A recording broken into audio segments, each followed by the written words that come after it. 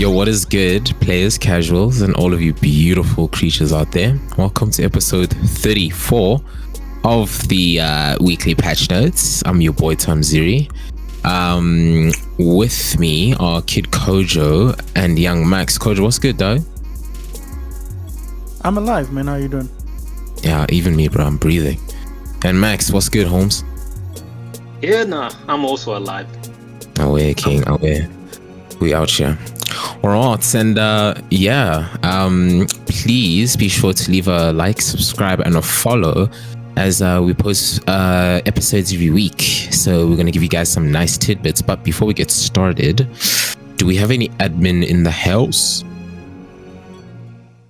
My admin is the usual stuff of football, or for the Americans out there, soccer. Nice. Wait.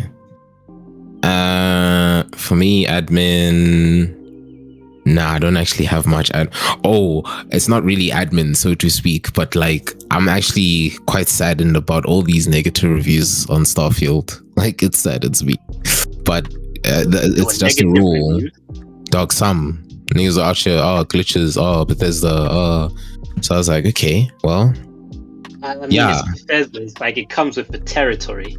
100%. So that's what I'm saying. I'm glad I didn't pre-order, but yeah.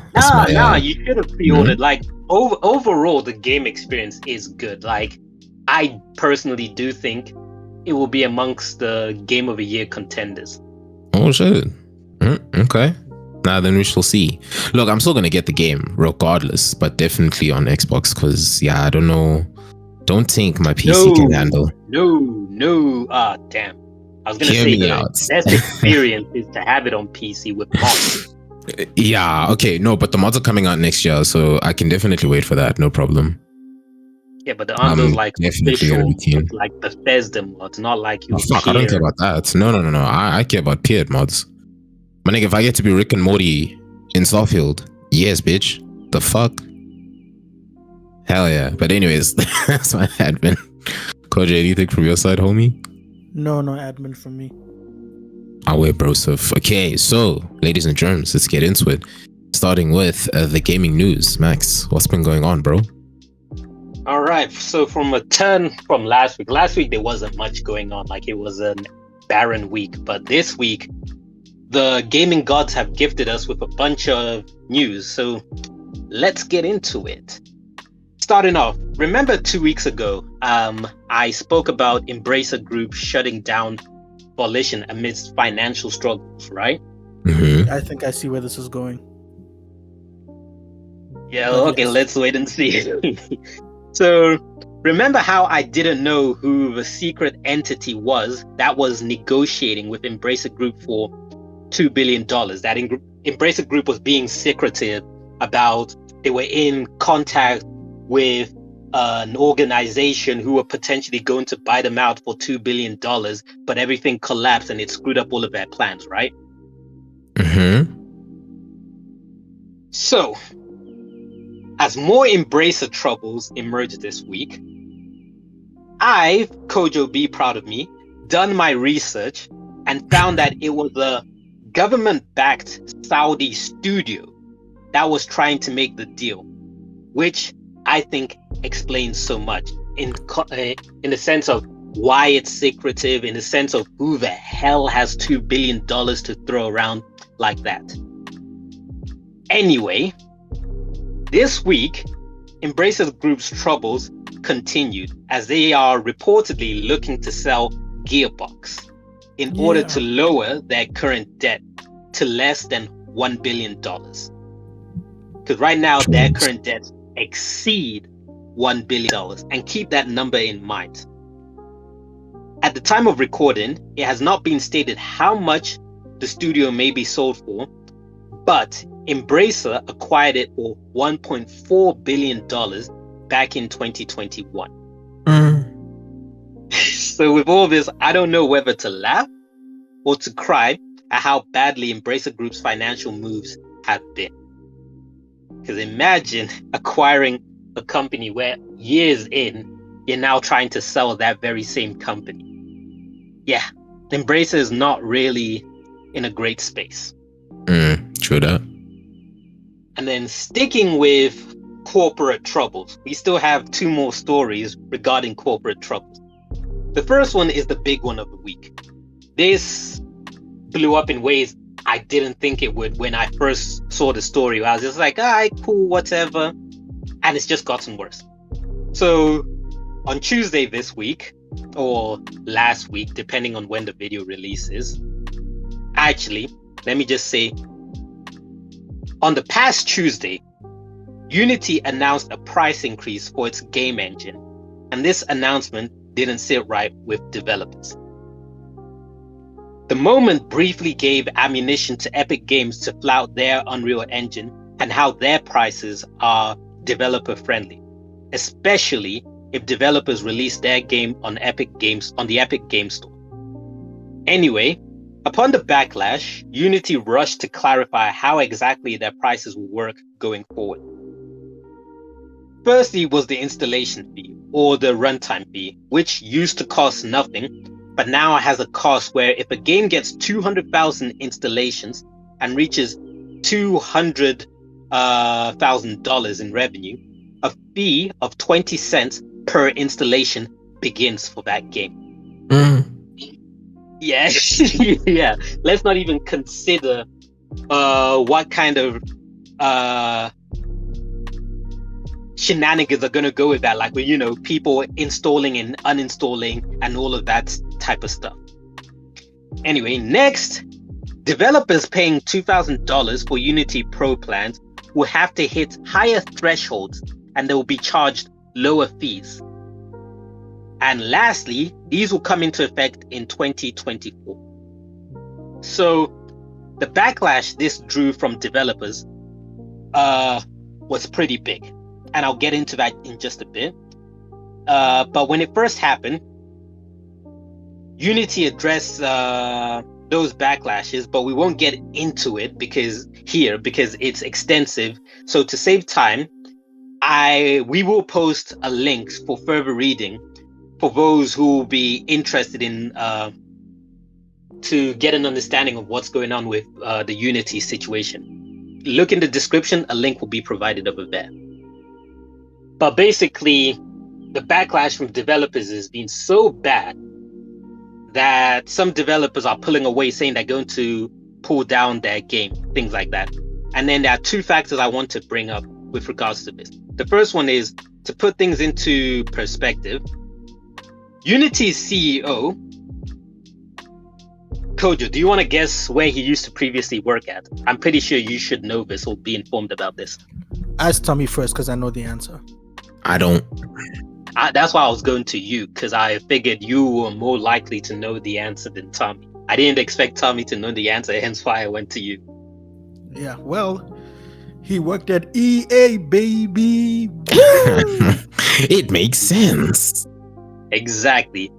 And he is the same dude who introduced loot boxes to Battlefield and joked with the idea of charging players $1 to reload their guns. I'm not gonna lie. Sorry to interrupt, but that idea is freaking brilliant. That's wild, yo. Because he made a point. He's like, let's say you're trying to kill someone and you run out of bullets. And you're like, okay, now I need to pay for bullets. In that moment, you're not thinking of, man, I'm not gonna pay. You need the bullets, so you're gonna pay. Like, man, that man is, you know. The people who have the money are gonna pay. Guys like me who are broke are gonna be like, okay, I guess I'm knifing it. Fair point. But anyway, I just wanted to interject and say that. Sorry, continue.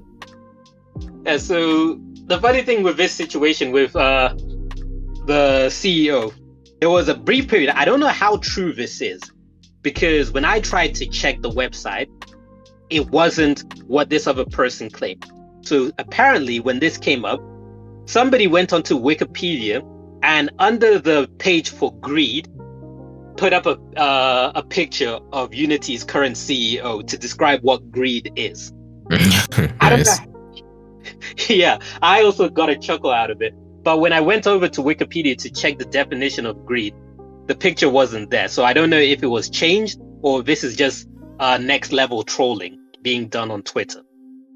Then the last thing I want to mention about this story is that there was another chapter to the story where a death threat was sent to one of the Unity headquarters. And Unity said there's a likelihood of this threat being serious. So they called off work and called in the police and everything and all of that. And people were like, well, damn, somebody's really lashing out severely at this Unity price hack. Then police investigation turns out that the death threat was made by a Unity worker or a Unity employee who's not even based in the location where he sent out the death threat. So, when this came to light, a lot of people are suspecting that it's Unity trying to get, doing PR stunts, trying to garner sympathy and be like, hey guys, we don't want to do this because look at what the type of messages and threats we're receiving from the community. Do you think we would want to expose ourselves to such thing? And the reason why people are suspicious, as opposed to saying maybe even the move was so brain dead that Unity employees themselves are like, nah, you all are so stupid that I have to threaten you guys myself. As an employee, I think this move is that brain dead. Now, people are suspecting that isn't the case because of, one, the person's location, where the police report says it was very unlikely that this attack would happen, although Unity say that they treat every threat seriously. Two, was that instead of dealing with it internally, Unity decided to come out publicly with this, where they're on their own advocation, they decided to get the police involved, and they made the statement of, this is happening right now. They could have handled this internally. So people really feel that it was a PR stunt. I'll let you guys decide. Personally, I feel like it could fall to either side. Yeah. Given who's running Unity. Because now, just with all of that being an employee who did that himself, like this was like a fucking, it feels scripted, but I mean, yeah, I don't know. It could still be very viable.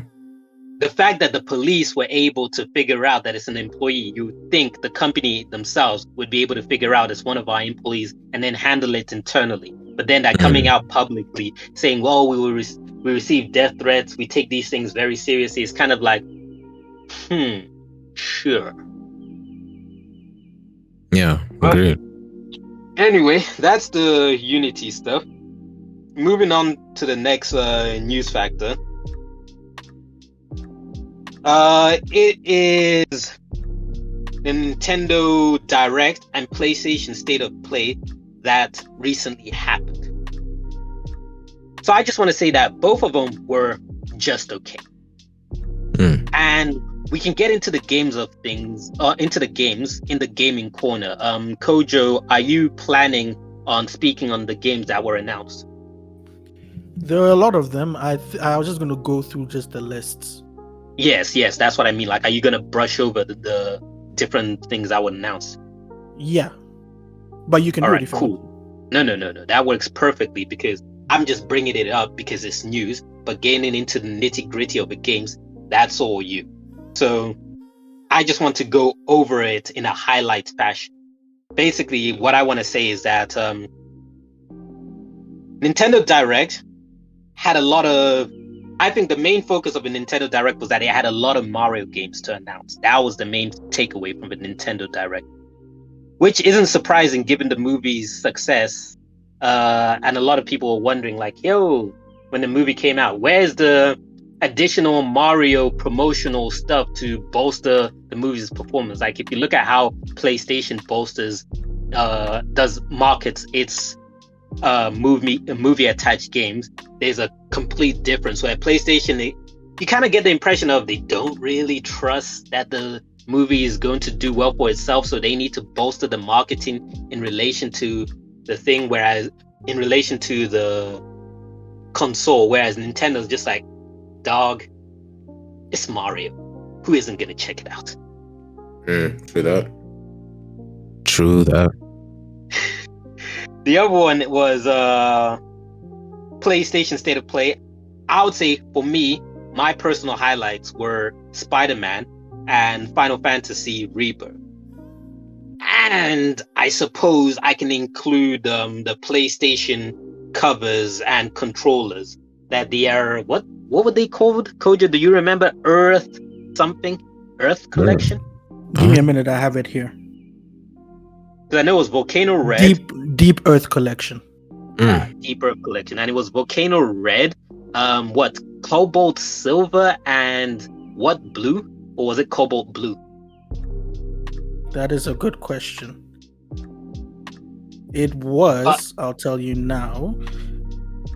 All right, actually, I will not tell you now because I do not have it in front of me.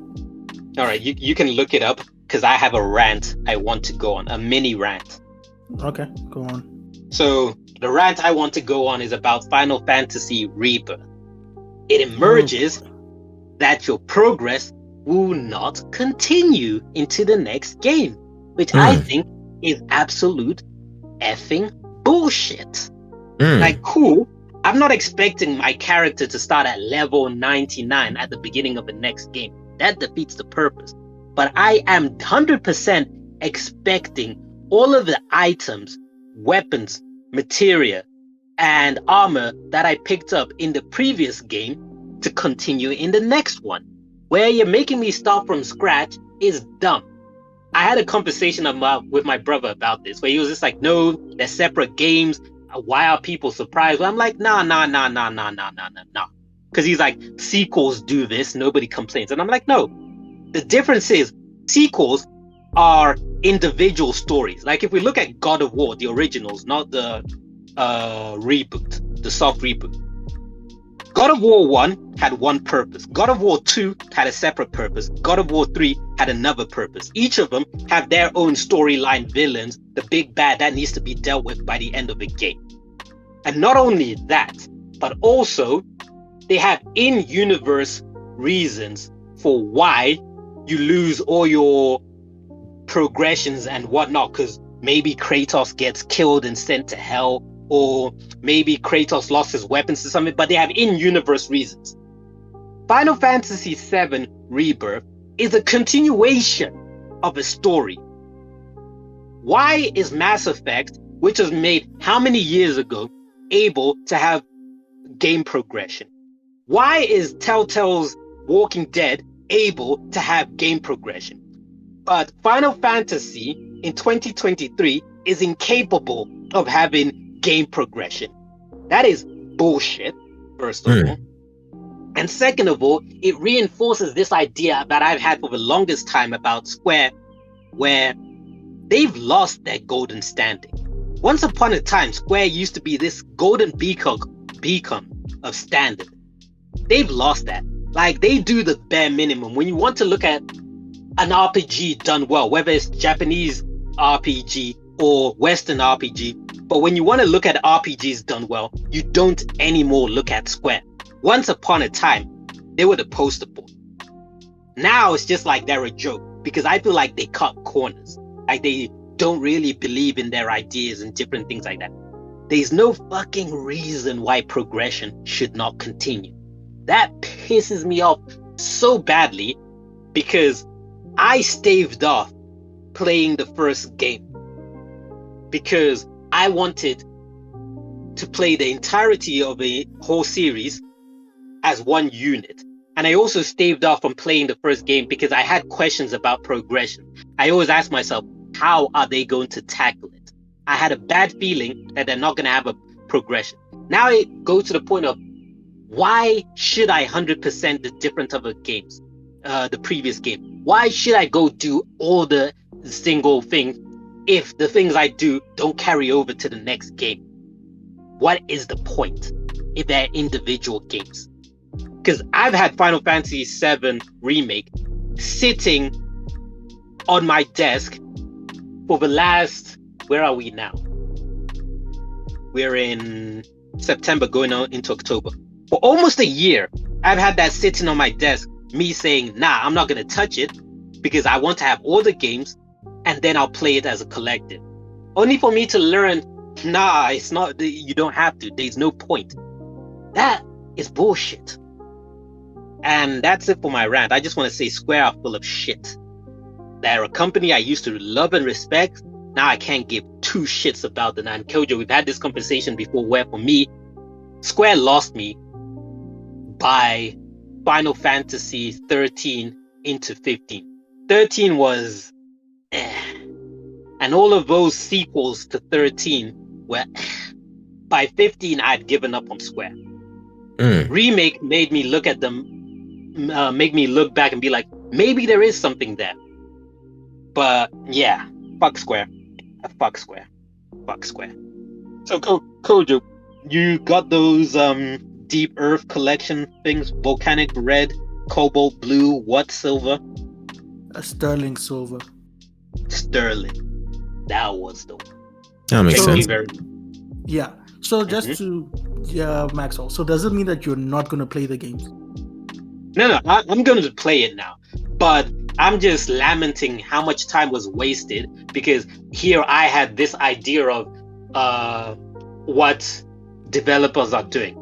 And this will lead on to something I want to mention about Mortal Kombat 1 that recently released. Don't you worry, Kojo. I'm not going to go into spoilers. I'll just say the same things which I mentioned to you when we spoke about Mortal Kombat 1.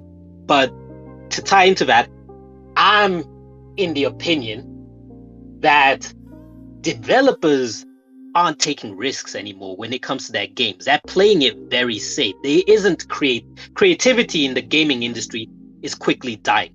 People are just following formulas for the sake of, we need this game to sell, let's do formulas. Like, I feel games like Elden Ring, where they're like, nah, we're going to trust the player that they're competent enough to enjoy this game and not need to be babied along the game. Or we have this vision for this game and we're not going to compromise on our vision regardless of how players feel. I feel those days are long gone in gaming. If you want to achieve those, play indies. You're going to get those in full through indies. But AAA games have become formulaic and safe, in my opinion. And I hate every aspect of it. I don't know the first thing about game development. Yeah, I believe I could be a better game developer than most of these people. But then again, maybe it's a factor of the developers are being shoehorned by management. Management is shutting down their ideas, saying, no, we cannot be doing that. Maybe that's the case. Or maybe the developers are the problems themselves, saying, nah, we have overheads we need to meet. We are aiming to meet those. Creativity is not our issue right now. Because I know the developers themselves have love for games. They want creativity. As in, when I say developers, I mean programmers and artists and all of those things. I don't necessarily mean the directors and whatnot. The directors are the ones who I'm looking at sideways like, I don't trust you guys. Because I feel like directors are becoming more guys in suits as opposed to actual players themselves. That's my opinion. But yeah, to close off, I've ranted quite a bit. And to close off the news section, I want to talk about Square once again losing $2 billion. Apparently, they've lost $2 billion. There was a small scandal going on because IGN and other media outlets were posting clickbait titles where they're like, since Final Fantasy 16 has released, Square Enix has lost $2 billion worth of revenue. And people had to come in and put in disclaimers of, yes, the timing is true, but it is not because of Final Fantasy 16. Final Fantasy 16 was successful because some people were jumping in saying, yeah, this is what happens when you make exclusives. You shouldn't have made Final Fantasy 16 a PS exclusive. It should have been on Xbox and PC from day one. It's like, no. FF16 did well for itself. However, it did not do well enough to undo the damages of Square Enix brain dead NFT mobile attempts. It did not do well enough to undo Marvel's Avenger, and it did not do well enough to undo the damage from Forspoken. It's kind of like how, Kojo, you remember this with bitter taste in your mouth. It's kind of like how when Tomb Raider came out, the reboot, the game did well for itself, but it did not sell enough for Square Enix for them to meet certain expectations. So I don't know why, but Square Enix has this bad habit of they want flagship games to undo the bad sales of other games, which is such a stupid way of managing. Like, every game should be an isolated project. You shouldn't have to look at another game to say this will undo all the damage this bad sale did. Frankly speaking, Square does not have an IP like that under their belt. They don't have a GTA. They don't have a Call of Duty, so and so. They don't have a $1 billion IP under their belt. So for them to be thinking these games can undo the bad sales of other decisions we made is frankly stupid and short-sighted. But I'm pretty sure we all are all familiar with how badly managed Square has been in the last couple of years, where they're always in some type of crisis. Like, this is their default state. They're perpetually in a position where if the next flagship game doesn't do reasonably well, they might go under, and somebody will have to come in and buy them. I expect eventually either Sony or Microsoft will have to swoop in and buy them. I'd imagine Sony would want to swoop in because they have a close relationship with Square, and it's a Japanese company. Whereas Microsoft would want to swoop in because they want to get their foot into the Japanese market. They've been working on that with, these guys are going to be at the Tokyo Game Show. Shout out to that on the 21st of September. And then the other thing I want to mention is that Immortals of Avium apparently didn't meet targets. And because it didn't meet targets, people had to lose their job. And supposedly 45% of staff have been cut because of this from the developers' side. So who's to blame? That's a debate everyone else can have. But I just wanted to bring it up to just bring in full circle what we started about, talking about developers having trouble this week. A lot of them have been having trouble this week. And that was a long segment, but that's the end of it. Do you guys have anything newsworthy that caught your attention that you want to speak of? Gaming news-wise, nay. Kojo? I have 1.5 things. The half thing is to comment on what Max said about Immortals of Avium. So the developers, Ascendant Studios, as Maxwell said, lost close to 45% of their team, according to the CEO of Ascendant Studios, Brett Robbins. And Immortals of Avium, tell me, have you ever heard of this game? Sounds familiar, but no. Maxwell, before this whole debacle, have you ever heard of this game? Yeah, it was it in the State of Play? It was in one of those game highlights thing, and supposedly my understanding was people were kind of highly anticipating it, sort of, and then when it came out I wasn't even aware. I just saw that, let's put it that way, I didn't even know it had come out. I knew it was an anticipated game scheduled to come out, and then I found out, this game came out and it did not meet targets. I was like, oh, okay, that went over my head. Yeah, that's where I stand with it. If this game was announced at the Game Awards last year, and I remember I was actually keeping an eye on this game, I'm like, first person magic, cool, whatever. And I guess it's because I'm spending a lot more time on Twitch now. This game had such a huge influencer push. Like, it's published by EA, and it had such a huge, big streamers, Moist Critical were paid to play it, Co Carnage was paid to play it. Like, everybody you can think of, they were paid to play this game, and yet the game flopped. Can I quickly interject? Yeah. This reminds me of that game. What was it called? Knockout City? Oh yeah. Best game ever. Yeah.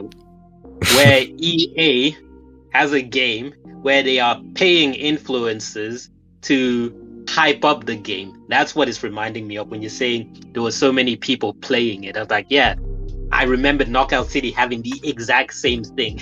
Yeah, it was crazy. Like, at its peak I think it was on Twitch, it had like 260,000 concurrent viewers. And now this morning, or like I remember I was watching Asmon, he was like comparing it was like at launch 260,000, and when he checked, it was like 5 people were watching the game.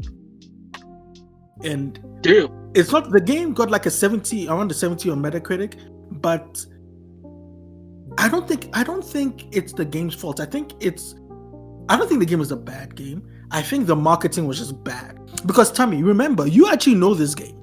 Because I like do. That girl from What's Her Face is in it, from Suits. Huh? Oh, the one who was the CEO or the head of a company or whatever. Oh, yeah, the black lady. Yeah. So you mentioned. So you see, the thing is, this game was so forgettable that people forgot about it because I think the marketing was just bad on EA's part. It was just horrible. I don't think they believed in this game, but it was. And Paul Tassi from Forbes wrote an article about how, despite, like I just said, despite huge streamer push, it didn't do well. So people are using the article and saying, you see, paying people millions amounts of money to promote a game, or paying influencers to promote a game to their fans, doesn't mean the game is going to sell. So people were at all, bro. Yeah. So yeah, I just want what it reminds me of. It reminds me of how the production budget in Hollywood movies has ballooned to a point where movies are coming out at 200 million production budget, 250 million production budget, and then you watch the movie and you're like, why is the budget this high? Like, there's no reason a movie should be above 100 million or 150 million unless they are doing next gen stuff of this hasn't been done before and we are venturing on new ground. Like, for example, if you told me Avengers Infinity War was 250 million, I'll be like, yeah, I understand. But then you tell me something like Indiana Jones was 200 million, I'm like, why? There's no reason it should be that expensive. So that's what it reminds me of with EA spending all of that money to bolster the game, where companies, I feel, are getting out of touch with what makes things successful. You have all the money in the world and no vision. True. That's a bar. It is a bar. And so that was my half thing. Now my one thing is just to talk about. So we have a bunch of people. We've had a few people getting up and leaving their jobs and their studios or whatever. Well, we had another one, and this one surprised me a little bit. So there's a man called Stig Asmussen. Now, people in the game industry know who Stig is. Stig worked at Sony Santa Monica for a while. He worked on the God of War series and Stig, yes, STIG. Some say. Oh my God. Good one. I understood that reference. That was a good one. I'm not gonna lie. I'll give you that one. But yeah, so he worked on the God of War series. What's it called? He was the director of God of War 3. And I remember I was watching a video. I was watching the God of War documentary, the 2018 games documentary, where they had the directors of the games talking about, how they got the jobs, and they asked them, it's like, oh, so how did you get the job? And then Stig was like, well, I got the job because Cory Barlow quit. And then Cory was like, well, I got the job because this other guy quit. So basically all you had to do is just wait for someone to quit. I just found that funny.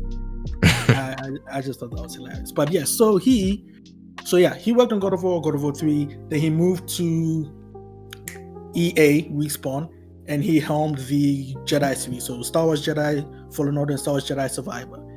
And now he has left EA and Respawn.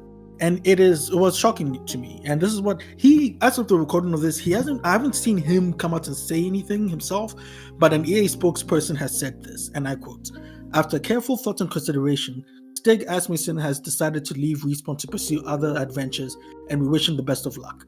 Veteran Respawn leaders will be stepping up to guide the team as they continue their work on Star Wars Jedi Survivor." End quote. So Stig at one point said he envisioned this game as a trilogy. So and again, this Star Wars Jedi Survivor, I think they're going to support it for a while. I mean, the game came out, it was busted. Great game, but busted. So they fixed it, and I think they're going to work on it. Maybe they'll add more extra content like they did with Jedi Fallen Order. They added like extra game modes and challenge modes and things like that. So where it goes from now is going to be interesting. Is he going to form his own studio? Is he going to... I was joking to myself that I hope he goes back to Sony Santa Monica because he was working on a sci-fi project that went nowhere and then led to a bunch of layoffs. So I was joking to myself. I was like, man, he should go back and then revive that project, but that's not going to happen. But yeah, so that's it for my news. Cool. That's it. Anything else, Max? Gaming news wise? Nope.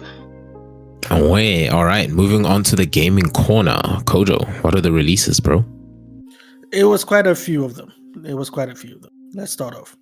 First off, we have a game called Eternites, released on PlayStation 5, PlayStation 4, and PC. Released on September 12th, 2023. Currently sitting at a 75 on Metacritic. We have a game called Myth Force, sick name, released on PlayStation 5, Xbox Series, PlayStation 4, Xbox One, Switch, and PC. Released on September 12th, 2023.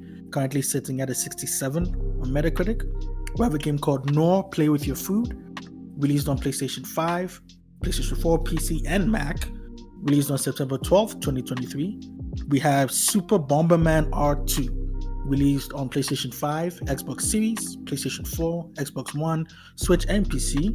Released on September the 12th, 2023. Currently sitting at a 72 on Metacritic. We have a game called Gunbrella, released on Switch and PC. Released on September 13th, 2023. Currently sitting at an 82 on Metacritic.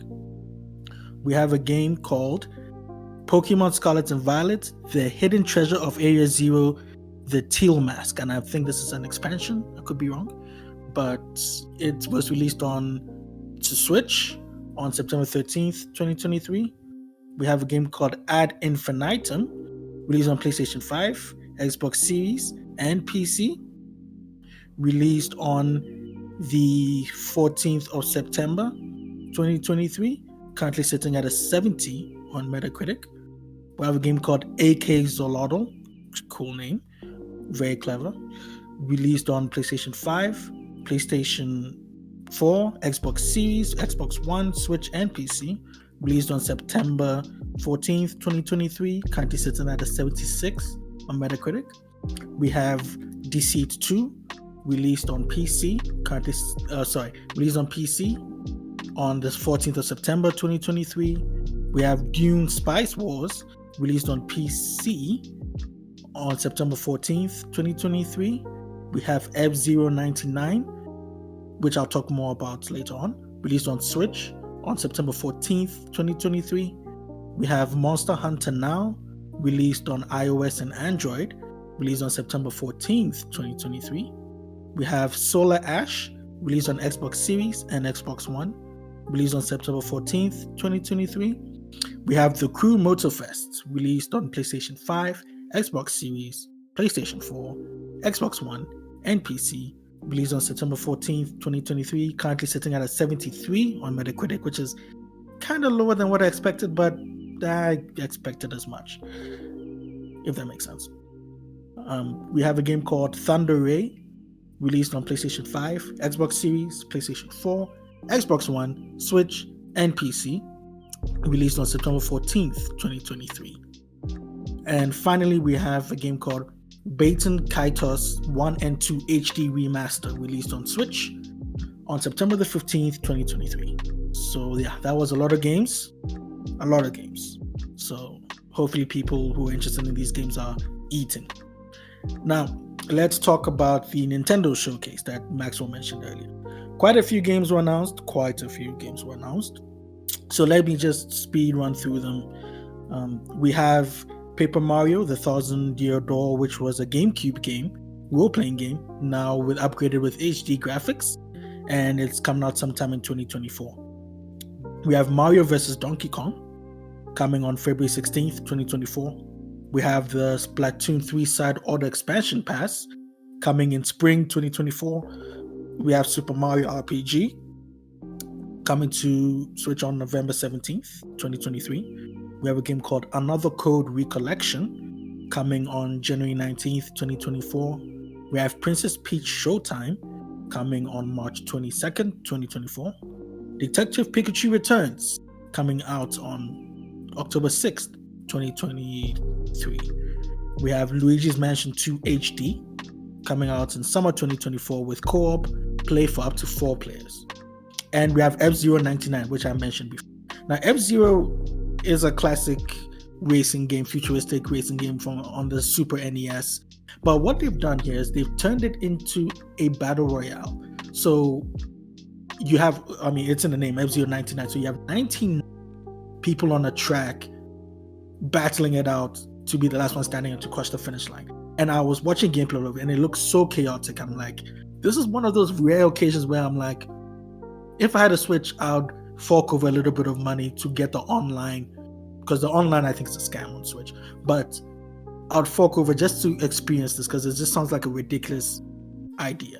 But anyway, as I said, it's already out, so if you're interested in that, go for it. We have WarioWare Move It coming on November 3rd, 2023. We have the Mario Kart 8 Deluxe Booster Course DLC, which is the 6th and final piece of DLC for Mario Kart 8 Deluxe, and it's coming this holiday season. We have a game called Spy Anya Operation Memories, which is a game from the Spy Family anime series. What? Yeah, I know, right? It's crazy. And it's coming out in 2024. We have Saga Emerald Beyond coming in 2024. We have Unicorn Overload coming out on March 8th, 2024. And we have Contra. Everybody remember Contra? Yeah. That was so sick. We have Contra Operation Galaga coming out early 2024. We have Trombone Champ. Nintendo Switch has the weirdest games, man. I swear. Dog, honestly. Like, so we have a game called Trombone Champ. But you wonder why I look down on Nintendo. Hey man, weird doesn't mean bad. Weird just means different. And I agree with that. My only issue is that 90% of their games are weird. If it was like 40%, 60%, if a ratio was smaller, I would genuinely have no issues with it. But because the ratio is so dominating is why I most of the time brush off Nintendo as a waste of time. No, I get you. It is weird. I'm not even going to lie to you. Their games are weird, but I think that's what people love about them, because it's experiences you can't get on other platforms. So yeah, we have Trombone Champ coming out holiday. Oh wait, sorry, not holiday. It's already out. And then we have the one announcement, or not the one announcement. We have one that actually interested me. Not that the others didn't, but this one actually interested me. And it's the first 3 Tomb Raider games, Tomb Raider 1, 2, and 3, are being remastered. And they're coming with upgraded visuals. You can go check the trailer. There's a graphic update. It's not, don't expect Resident Evil 4 level remake here. No, you're not going to get that. You're just going to get a fresh coat of paint. The polygons are less triangular. You know what I'm saying? If you get what I'm saying, you know what I'm saying. And wait, which game is this? Tomb Raider 1, 2, and 3.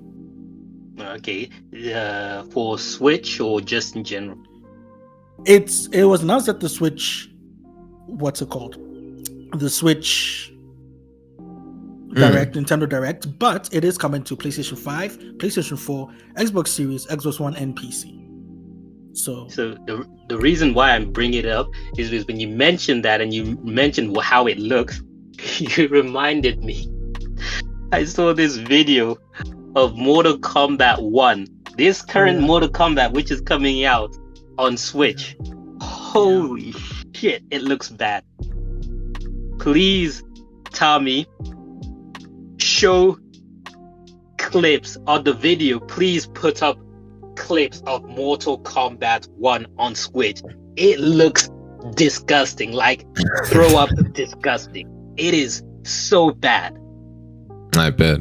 But at least it runs. So that was the joke a lot of people were saying, where they're like, Nobody talked about how it would look. Only how it would run was spoken about. And the dude who was also playing it was like, the part where he feels sad about it is it actually runs well, but it looks like dog shit.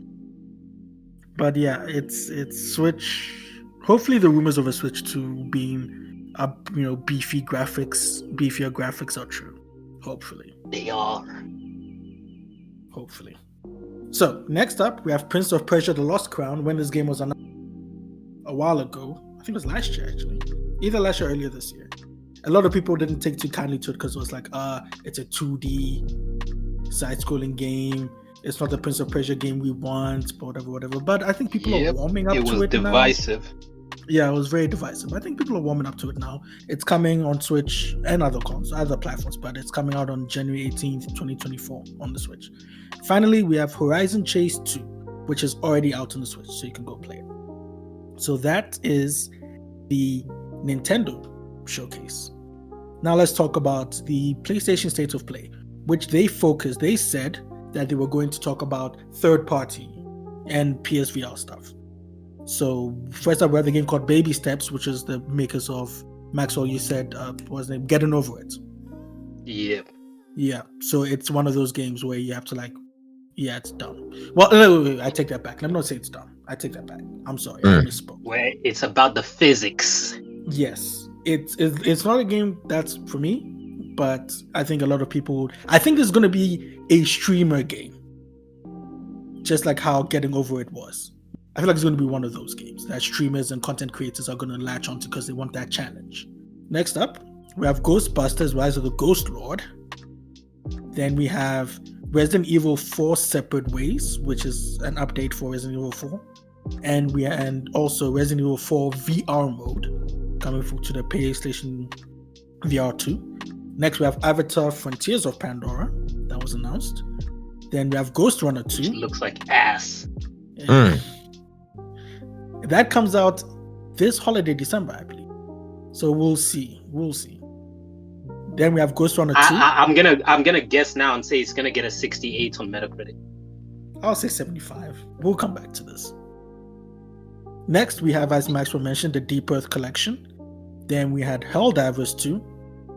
Then, what was a bit of a surprise to me, because they said they're going to focus on third-party games. They showed off Marvel Spider-Man 2, a trailer where they showed off, New York's expanded look. New York, they add in Queens and a bunch of other places. So they add in it's almost double the size of the first game. So, and you can switch. Yeah. Oh yes, Maxwell was right. And you can switch between Miles and Peter. And they also showed off the deluxe edition skins you can get. And yeah. Next up, we have Tales of Arise Beyond the Dawn. Then we have Honkai Star Rail. Cool. Then we had, as Maxwell mentioned, Final Fantasy VII Rebirth. And finally, we had Foam Stars. Remember Foam Stars?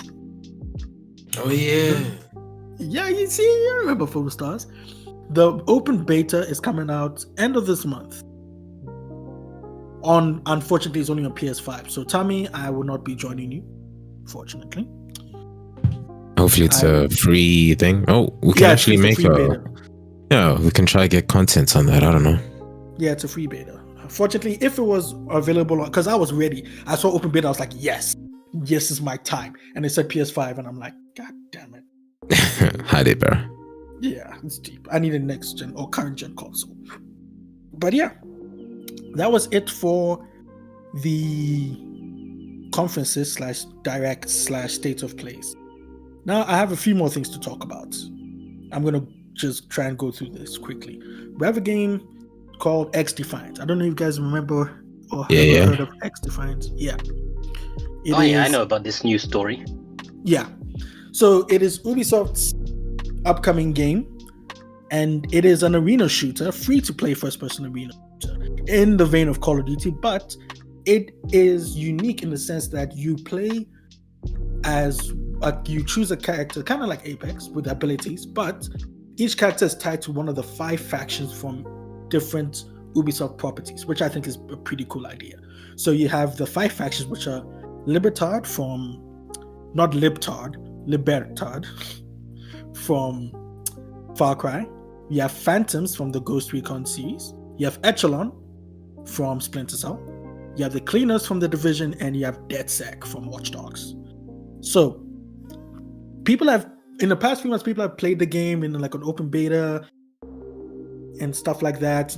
Public tests. People have gotten their hands on it. I've been watching a lot of it. I couldn't play it because it wasn't available on last gen. Sort of story of my life. So, people have been wondering when are we going to play it.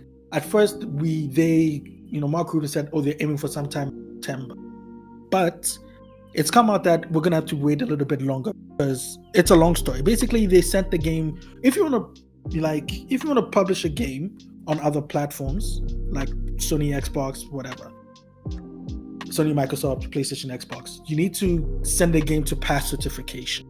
So you need to send a almost complete version. What is a complete version? To see how it will work on their platforms and their environments and if it passes their certifications.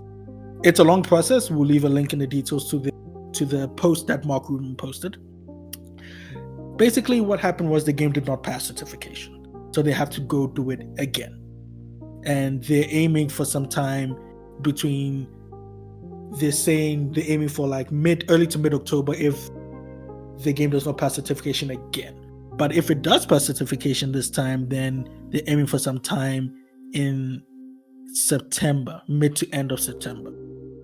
So that is pretty much it for XDefiant. I want this game to do well. People are calling it the Call of Duty killer. It's not going to kill Call of Duty. I don't think it's not at all. No shot. But I want it to do well because it is a crowded space it's entering in. It's going to be another live service game, free-to-play game. It's going to compete with the big boys. So I hope it does well. And I hope Ubisoft supports it. Because the last time Ubisoft had a live service game was a battle royale that I played for like a few days and I stopped because it just didn't intrigue me. It's called Hyperscape. And yes, we used to play that, didn't we? Yeah, we did. Yeah, they abandoned that game because people weren't playing it. So hopefully they stick to it. And the last thing I want to talk about my mind just went blank. Sorry. The last thing I want to talk about on the gaming corner side is Cyberpunk 2077. Now, Cyberpunk is coming. Well, they've made a resurgence. The game came out. We know the game was broken at launch, but they've turned around their reputation with free updates, patches. They've really brought the game back to a good place. Now they're going to bring the game to an even better place with update 2.0, which comes out on the 21st of September 2023. And this update is free to everybody on current gen and PC. So what comes with update 2.0? Let's run it. Let's run through the list. You're going to get a redesigned skill tree and perks. You're going to get revamped cyberware and a new capacity system. You're going to get vehicular combat and car chases. You're going to get combat AI improvements. And you're going to get something that people have been wanting ever since the game actually launched, which is a new police system, which I saw a demo of. It actually looks pretty awesome. I'm not going to lie. The new police system looks pretty cool and unique to Cyberpunk. Then you have UI and UX, and you have loot items and crafting changes, and then you have new radio stations that are being added. So this all came from the Night City Wire that was held earlier this past week. And they also showed off more about their upcoming expansion called Phantom Liberty. They showed off a cinematic trailer, which people should go watch. It was pretty cool. It's shown a light on the upcoming character that you're going to meet called Solomon Reed, who's played by none other than Idris Elba. So he also did some videos where he was talking about the character. He also answered some questions on IGN's channel. You should go watch that. So the trailer focused pretty much on it. It was a cinematic trailer focused on him and his character and, how he ties into the story and everything. And the expansion Phantom Liberty comes out on the 26th of September. And this is what you're going to get in the expansion, which is a paid expansion. So you're going to get a brand new area called Dogtown, which is a dangerous new district. You're going to get a brand new storyline and characters, new quests, gigs, which are like side missions, new boss fights and more. vehicle missions, and airdrops, and endless dynamic events. You're gonna get a new relic skill tree and abilities. You're gonna get over 100 new items, which include weapons, cyberware, cars, and fashion items. You can get vehicle missile launchers, which goes hand in hand with the vehicular combat that is coming with update 2.0, and the level cap is increased to 60. So Cyberpunk players are eating good. They're eating very good, and I'm gonna be avoiding spoilers because I envision myself playing this game in 15 years when I finally get my hands on it. So yeah, that is pretty much it for the gaming corner. Take it away, Tommy. Away, doggy. Away. Max, anything gaming corner was from you? Yes. I want to briefly rant about Mortal Kombat 1. My impressions. Okay. So, as avid listeners are aware, we are a bunch of broke boys, so none of us have a next-gen console. Except, no, Tommy, you do, right? Yes, Yeah. you do. You have 2. I do. All right, so two out of 3 of us are broke boys. Mortal Kombat 1, unfortunately, is only for current gen, not previous gen. And I've been wanting to get a next-gen console, current-gen console, but that's not going great at the moment.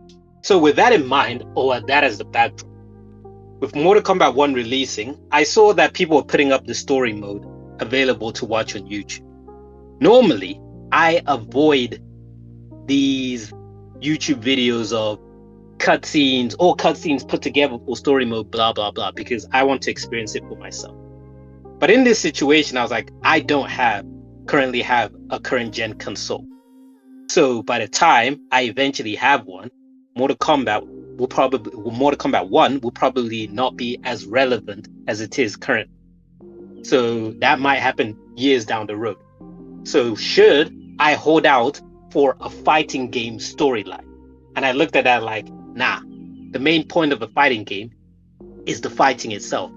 Story modes are a bonus to fighting games, but Mortal Kombat specifically, compared to other fighting games, has an elevated story mode. Like, when it comes to all fighting games, I think Mortal Kombat story mode is the best one.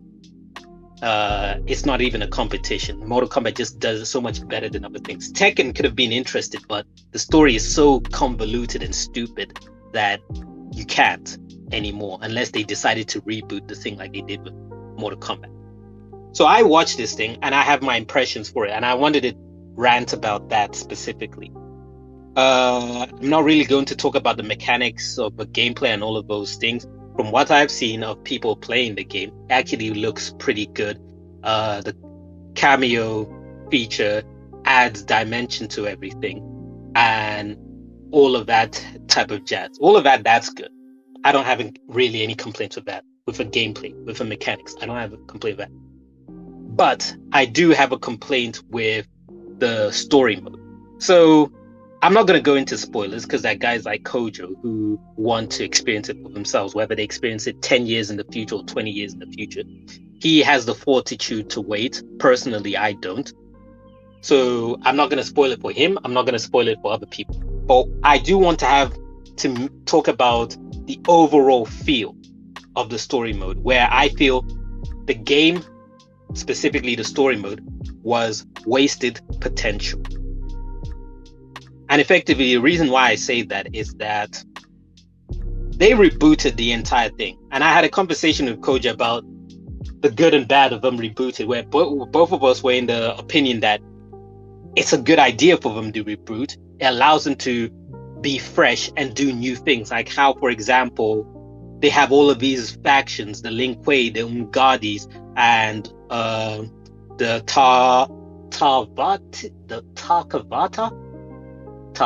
what the hell? The Tarkatans. Tarkatans, that's the one. Like they have all of these different things.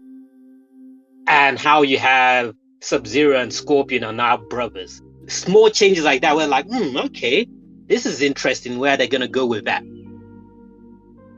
My problem is, I feel these ideas could have been expressed across a series of games, like 3 to 5, maybe even 8 games, where you flesh out the individual characters and the ideas that you develop for a reboot. Unfortunately, a good portion of things, and I'm not going to say which things, are compressed down into this one story. And then with things being compressed down into this one story unnecessarily, where you had all the room to explore these ideas and you decided not to, where it's like I want to slap them at the back of the head, where you could have dunked. It was set up for you and you missed the dunk. That's how bad it is. The other complaint I have is that there are plot lines and ideas, themes and things like that, which they could have also explored, and they decided to play it safe by sticking to tropes already established from the previous Mortal Kombat. And before I get into that, when I look at them rebooting things, I assume the idea is the other previous Mortal Kombat started to become unwieldy and all over the place, and rebooting gives them a fresh chance to rein in the crazy story and all of those different characters and have something coherent and concrete. That was what I thought they were doing with a reboot. But unfortunately, that doesn't seem to be the case. And for Kojo, he said that what he didn't like was how they are quickly jumping into a reboot, where they should have had like a break or a pause or a window where there's no Mortal Kombat, NetherRealms are concentrating on other games, and then we go into this reboot world after maybe 3 years, 5 years, or however length of time. But there was a nice gap for us to be excited for the new world, and I completely agree with that. That would have been the best way to go with it. Unfortunately, they didn't go in that direction. They're doing the reboot now, but whatever, it's still a reboot. But they're exploring the same tropes, and the example I gave Kojo is the same example I'll give now without getting into spoilers for other characters, because this was already mentioned in the trailers, where we see Melina is suffering from Tarka disease. And in the other games, she always had the jagged ass teeth and all of that stuff. And then in this, they're like, nah, it's actually a disease. And there are other people who are suffering from it, like Baraka and whatnot. So I use that as an example to talk about, here are characters in a new world, and instead of deviating in different directions and different destinies and different stories for them, they are just beating on old tropes that were already established about them in previous Mortal Kombat. The only difference now is how they get into that position that you're familiar with, that you know about them, is the only thing that has changed. But it's still the same fucking plot points. And I hate that. That is such a missed opportunity, and it frustrates me so badly. And that goes back to what I was saying earlier when talking about stuff like Final Fantasy VII Rebirth. If I was the developer of this game, I would be running crazy with the potentials of the stories I could be doing. And there are other game mechanic things which happen inside the game, which I won't go into because Kojo doesn't want to hear about those game mechanics. Personally, they're not story spoilers or anything like that, but Kojo doesn't want to hear about game mechanics, so I'm not going to go into those game mechanics. But that's my Mortal Kombat 1 rant. I don't know how many people will agree with me. I don't know how many people will disagree with me. But from what I was seeing about the general impression on Twitter, there are a few people who agree that, yeah, NetherRealm had something on their hands that they could have run and had fun. Let me not say run and had fun with. They did definitely have fun with that. I will not take it away from them. They had fun with the game, and I can see they had fun with the game. And I also had fun with seeing what they're doing, but it's wasted potential. And from what I'm seeing with the wasted potential in previous Mortal Kombat, like Mortal Kombat 9, Mortal Kombat X, Mortal Kombat 11, each game slightly retconned something from the previous games. And I'm seeing the same thing's going to happen with this reboot. That each new game, they're going to tweak something when you had the stage in front of you. You could have ran with it and you didn't. But anyway, with that said, to get into the good and bad and summarize everything, or wrap up everything. On the good, combat looks good. Story is interesting for the most part. I think a lot of people will enjoy it. Is it a masterpiece of a story? Definitely not. It feels like baby's first story, but it's still a fun story. On the bad side, wasted potential plot potential, as already stated. And then the other thing which irritated me was I felt the voice acting is all over the place with good and bad acting from certain different people.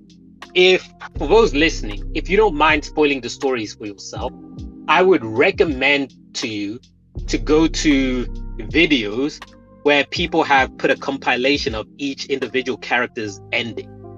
In the endings, each of the characters narrate their own story ending and say versions of what happened for themselves. They narrated themselves. I think in that narration, you can see the strong voice acting versus the weak voice acting. And I want to bring specifically Megan Fox. Her character as Nitara, it is so bad. It is jarringly bad. Like there is no emotions or vocal range in her voice. And that's why I'm saying watch the compilation. Because when you're hearing all of the different characters speaking with a level of range, a level of passion, a level of immersion, then you get to her character, you're like, what the fuck is this? Like, fuck me, they wasted a character giving her the voice. Like, they should have done that.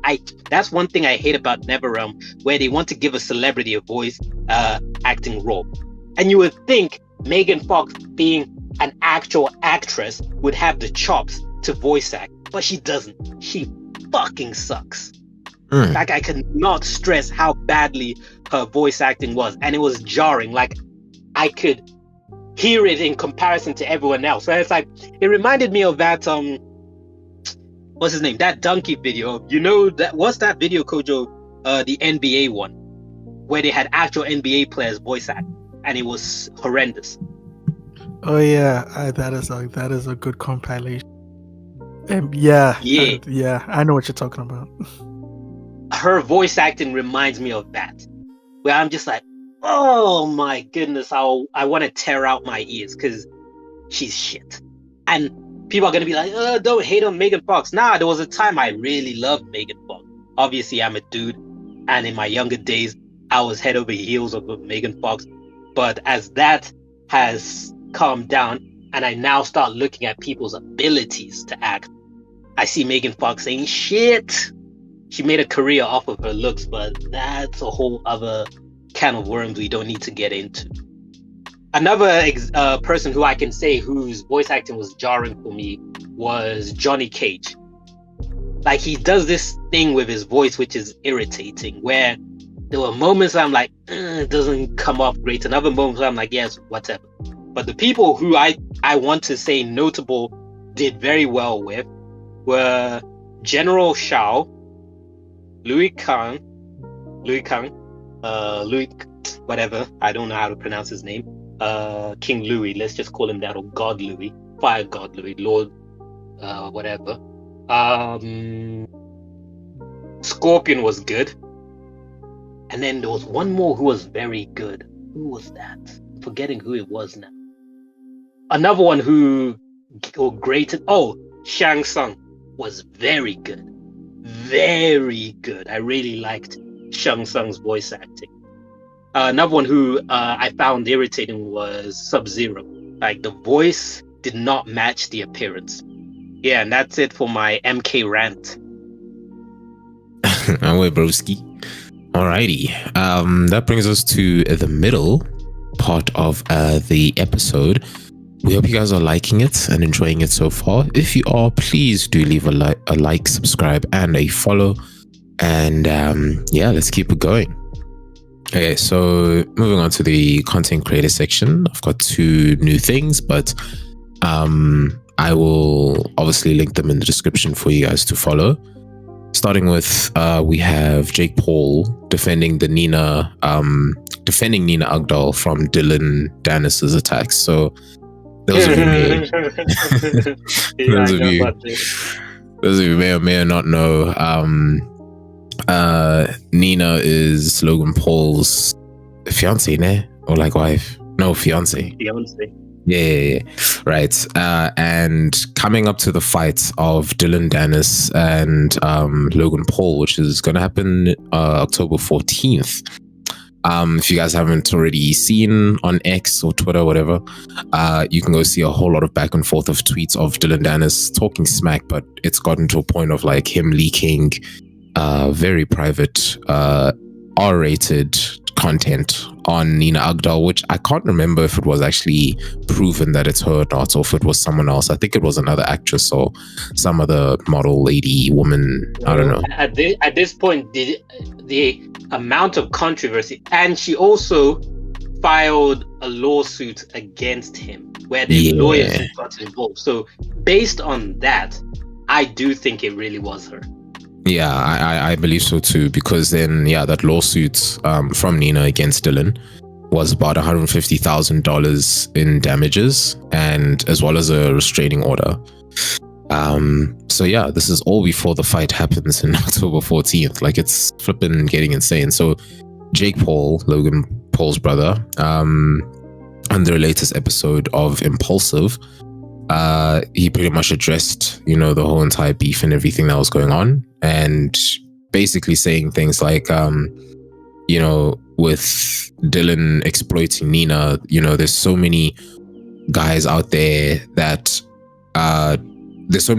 who don't really get girls, and they are the ones that are pretty much doing, they are the ones who wish they could be doing what Dylan is doing. They're praising what Dylan is doing.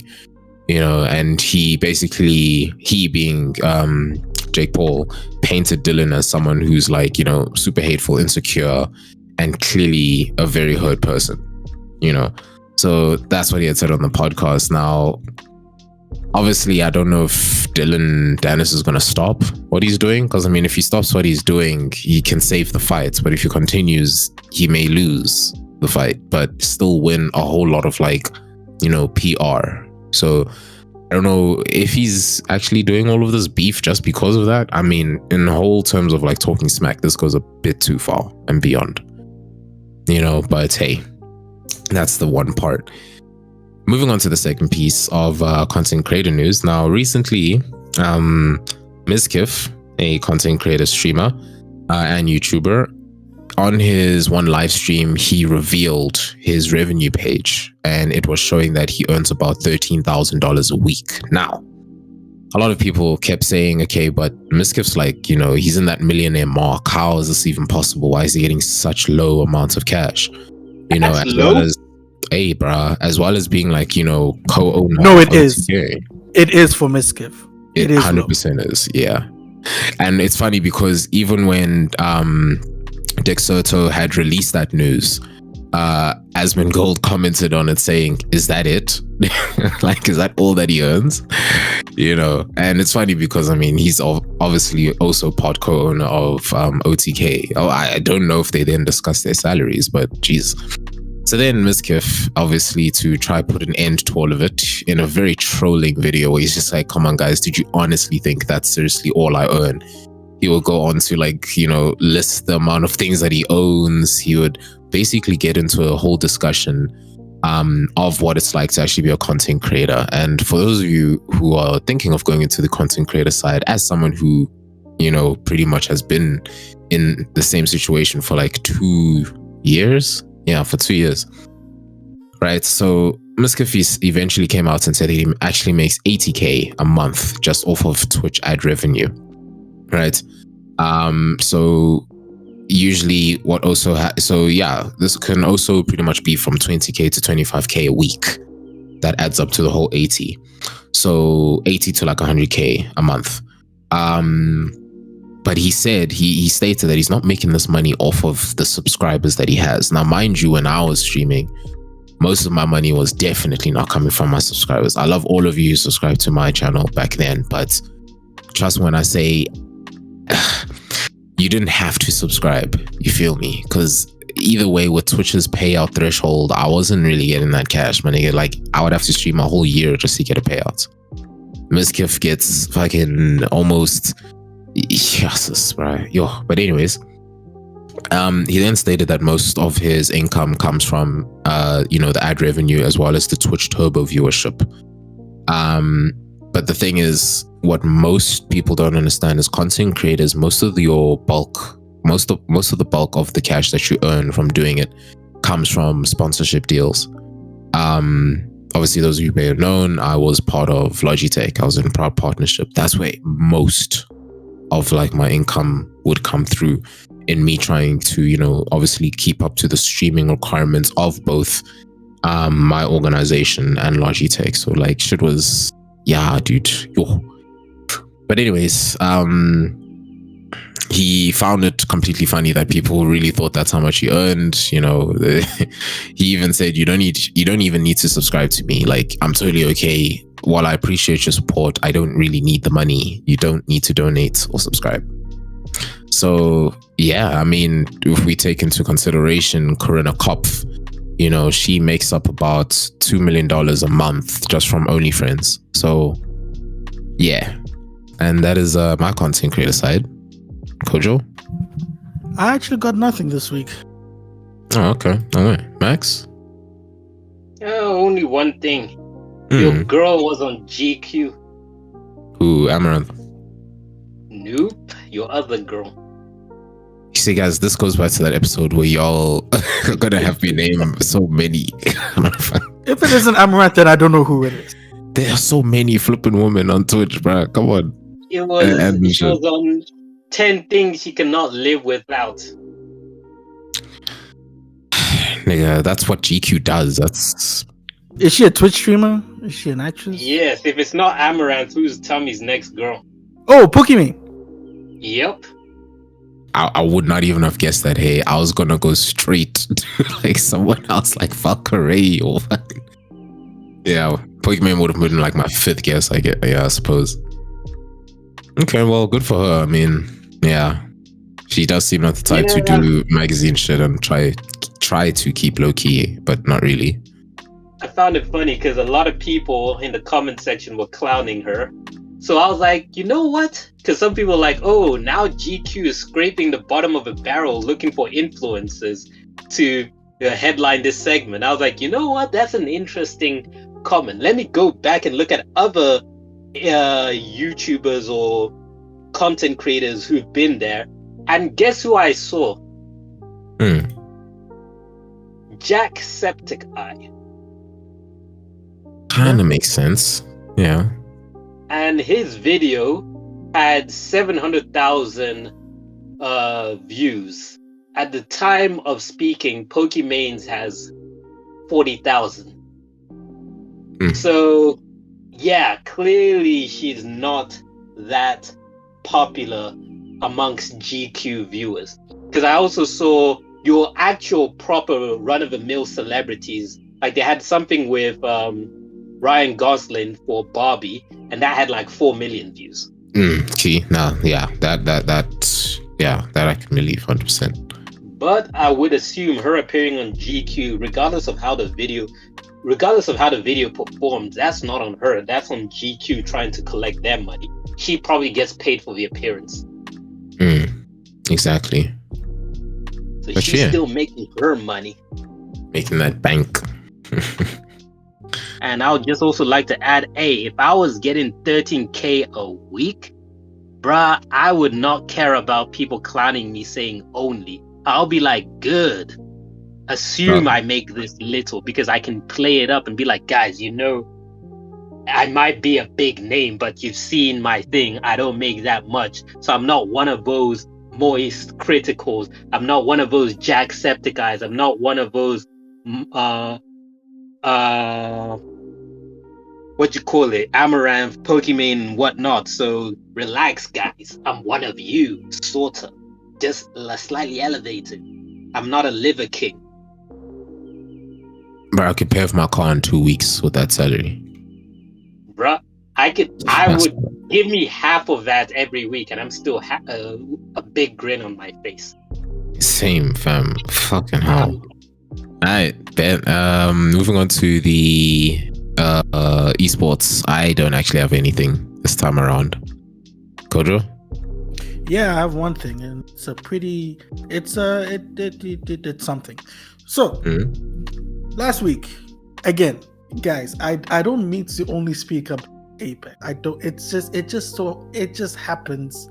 It just so happens that it dominates the esports news. It's not my. Oh, I know what this is. Oh, okay, all right. I think okay. So let's see if you're right. So last week I spoke about the ALGS championships and our TSM walked away with a win, and there were a lot of teams that didn't perform.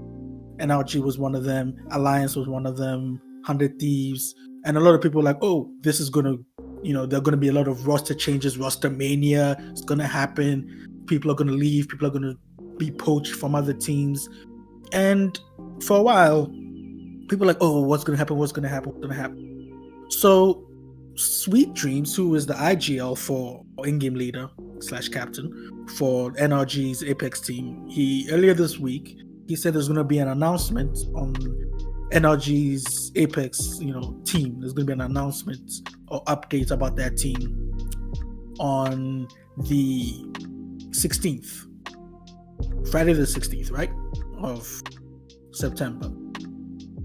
No, Friday the 15th.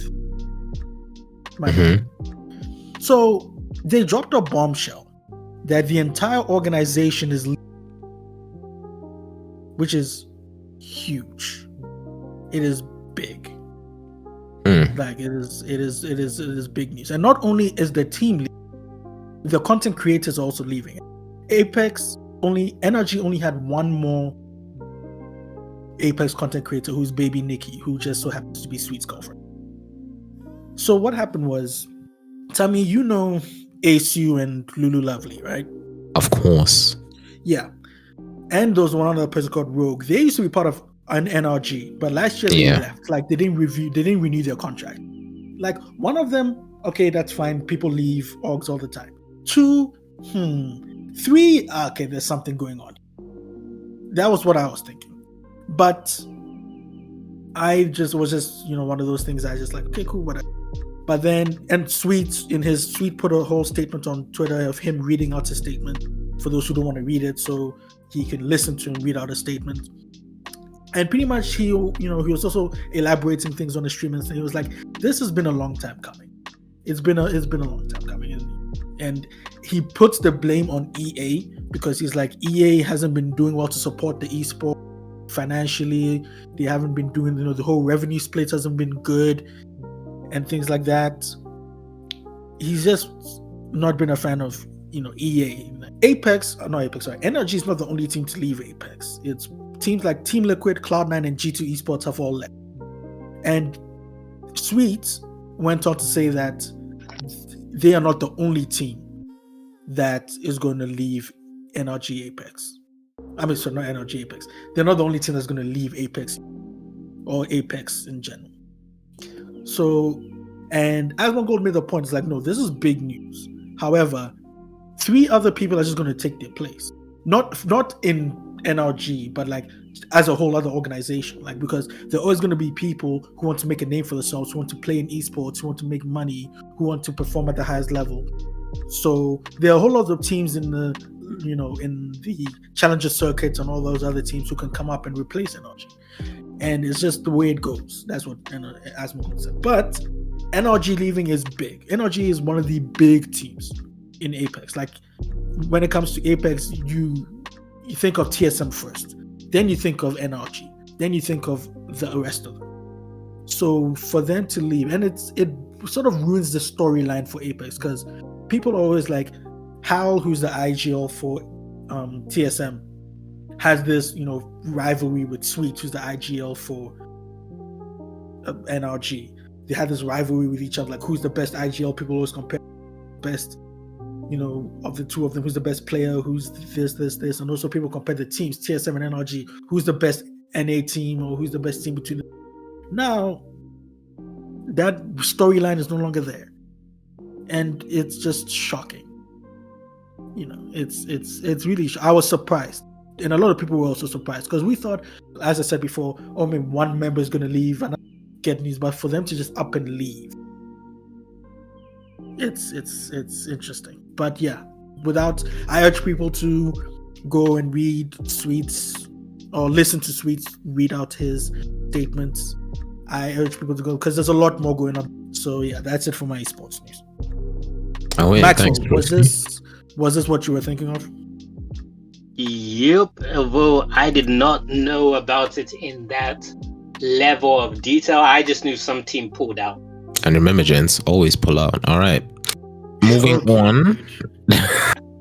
Moving on to the discussion section. Do you guys have anything to discuss? Nah, I've ranted myself thin this recording. I Kojo? Yeah, I've got nothing either. I bet. Yeah, neither do I. All right. Then moving on to the news blitz. Max, let's wrap it up, bro. All right. Quick news blitz. First of all, Sims 5 will be free when it comes out. People are assuming that microtransactions are going to be involved in some capacity. I do not understand, but EA said that there will be no energizers or some shit like that. I had no effing clue what they meant. I just assumed it's probably some mechanic from Sims 4. Oh, and then the last thing for the Blitz is the employees of Ubisoft Montreal had to return back to office this year after 3 years of working from home. Roughly 4,000 employees had to return, and they were pissed and upset with Ubisoft for broken promises, because Ubisoft Montreal promised their employees that due to COVID and making adjustments to cater to COVID needs, employees would not need to ever return back to the office. And so certain employees sold their homes, sold their cars, or moved out into a whole other country. And now they have to go back into the office. So people are pissed. And that's it for the news blitz. Well, nice and fast. All right. Anything else, gents, that you want to wrap up with? That was a good. Yeah, don't forget to wrap up. Of course. Oh Of course, brother. All right, that is going to bring us to the end of episode 34. Thank you so much for joining and listening. Please leave a like, subscribe, and follow if you enjoyed the show. Also, to just give us some support. All of it is appreciated. I want to thank my homeboy Young Max and Kid Kojo.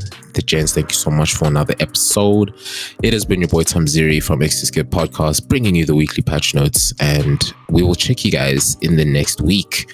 Stay good, stay healthy, and keep gaming. Peace out.